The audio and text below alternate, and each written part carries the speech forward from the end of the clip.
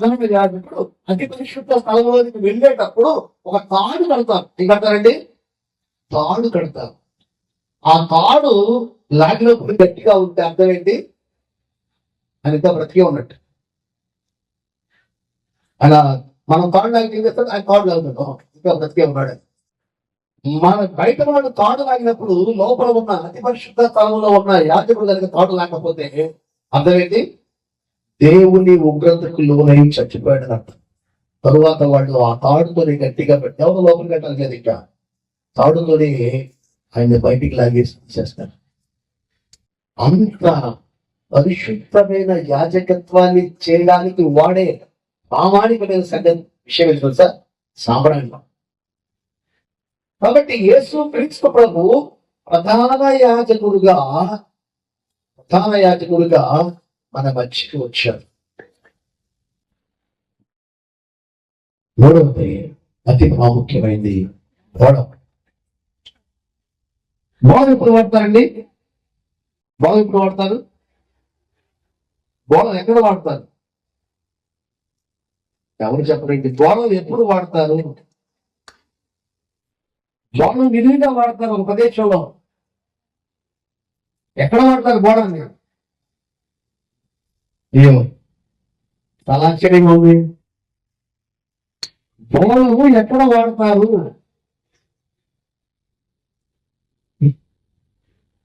అంటే మీలో ఇంతవరకు ఎవరు కూడా ఒక చనిపోయిన శవం దగ్గరికి మగలేదు. అంతే కదండి? చనిపోయిన శవం దగ్గరికి మగలేదు. చనిపోయిన శవం దగ్గర వాడేదే బోళం. ఎందుకు? పంపు రాకుండా, చుట్టుపక్కల స్మెల్ రాకుండా బోళాన్ని వాడతాం. ఇక్కడ ఈయన ఏమో ఇస్తాడంటే, అయ్యా ఈ లోకానికి నేను వచ్చావు. ఎందుకు వచ్చావో తెలుసా? మా కోసం చనిపోవడానికి వచ్చావు. చూడండి, ఆయన పుట్టి ఇంకా పసిగొద్దుగానే ఉన్నాడు, ఇంకా పెద్దవాడు కాలేదు. అప్పుడే ఈ జ్ఞానం చెప్తున్నారు, ఈయన మా కోసం భూమి మీదకి వచ్చి చనిపోవడానికి వచ్చిన వ్యక్తి. యేసయ్య అమాయించడు, మాకు అభిషేకించబడిన వాడు. దేనికోసం అభిషేకించబడ్డాడు? పరిశుద్ధాత్మ చేత. దేనికోసం అభిషేకించబడ్డాడంటే మన పక్షంగా చనిపోవడానికి అభిషేకించబడ్డాడు. మాట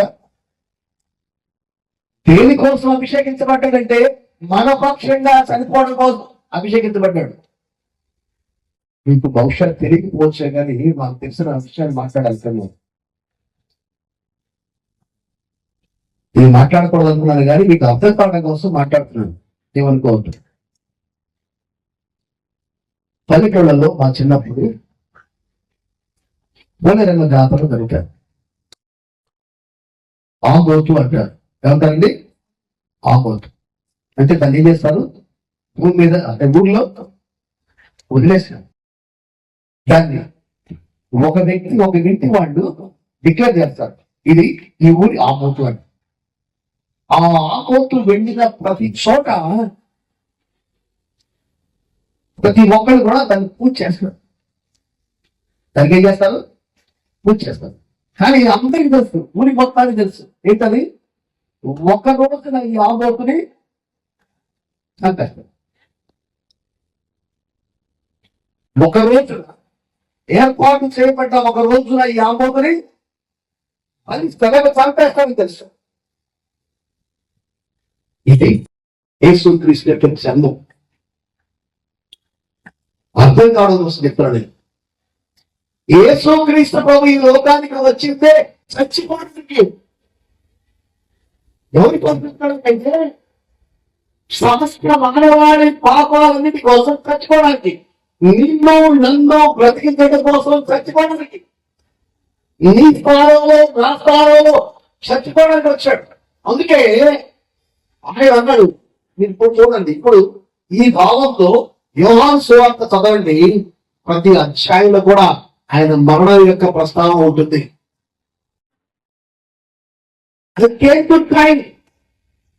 అనగా నేను పరిచర్య చేయించడం రాలేదు, కానీ అనేకులకు పరిచర్య చేయుటకు విమోచన క్రయముగా నాకు నేను సమర్పించుకోవడానికి లోపలికి వచ్చాను. అర్థమైందండి? దేనికి విమోచన క్రయము? విమోచన క్రయం తీసుకెళ్తే ఒక గేదెని ఒక చోట కట్టించి ఆ బంధకాలు ఉన్న గేదెని విడిపించడానికి క్రయం ఇస్తాం, ఒక చెల్లిస్తాం. ఆ చెల్లించేదే విమోచన క్రయం. అప్పుడు మాత్రమే ఆ కట్టబడ్డ గేద లేకపోతే గాడిద గొర్రె అవుతుంది, ఆ బండకు నుంచి విడిపించబడుతుంది. అలాగనే పాపము అనే గుంజుని కట్టబడ్డ ఓ మానవుడా, నీకు విమోచించడం కోసం, నీ విమోచన క్రయం చెల్లించడం కోసం యేసుక్రీస్తు ప్రభు ఈ లోకానికి వచ్చాడని సాధించబడమే క్రిస్మస్. నీవు నీ లోకంలో ఉన్నంత కాలం నీవు కట్టబడ్డావు. దేనికి? పాపము బంధకాలతో చుట్టబడ్డావు. నిత్య నరకానికి వారసత్వంగా ఉన్న నిన్ను నిత్య నరకం నుండి తప్పించడం కోసం క్రీస్తు అతడు రిక్తుడిగా, నరకుడిగా, కీరుడిగా మానవ స్వరూపాన్ని ధరించి శిలువ మరణము పొందినట్లుగా అనగా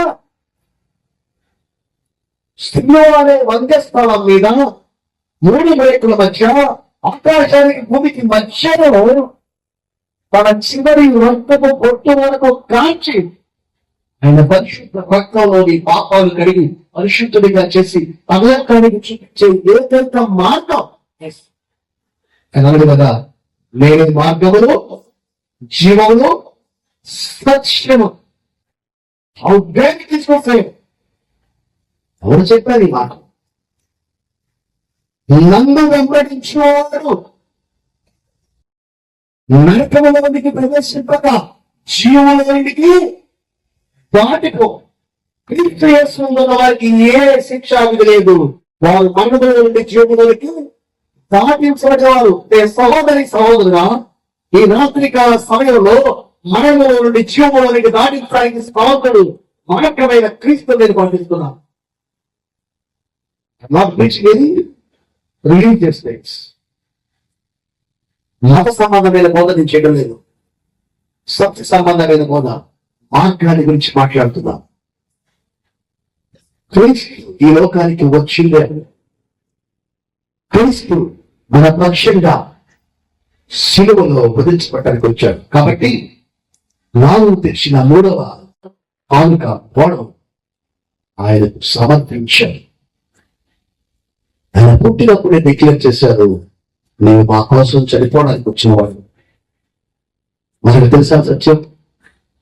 యేసుక్రీస్తు ప్రభు 2000 సంవత్సరాలకు ముందు ఈ లోకానికి వచ్చి మన పక్షంగా శిలువలో చనిపోయాడని తెలుసుకోవడమే నిజమైన ఆయన ఆరాధించే ఆరాధికుల గుంపు ఎక్కడైతే ఉందో అది దయచేసి అందరూ లేచి క్షణం నిల్చుంటే ప్రార్థన చేసుకుందాం. మమ్మల్ని ఎంతగానో ప్రేమిస్తున్న మా తండ్రి, మీకు స్తోత్రాలు చెల్లిస్తున్నాం నాయన. క్రిస్మస్ వర్తమానం విని మిమ్మల్ని నమ్ముకోవడానికి తీర్మానం చేసిన ప్రతి ఒక్కరి హృదయాలలో మీరు నివాసం ఉండి వారిని రక్షించి కాపాడుమని యేసుక్రీస్తు ప్రభు పేరట స్తోత్రములు చెల్లించుకుంటూ ప్రార్థిస్తున్నాము తండ్రి. ఆమేన్.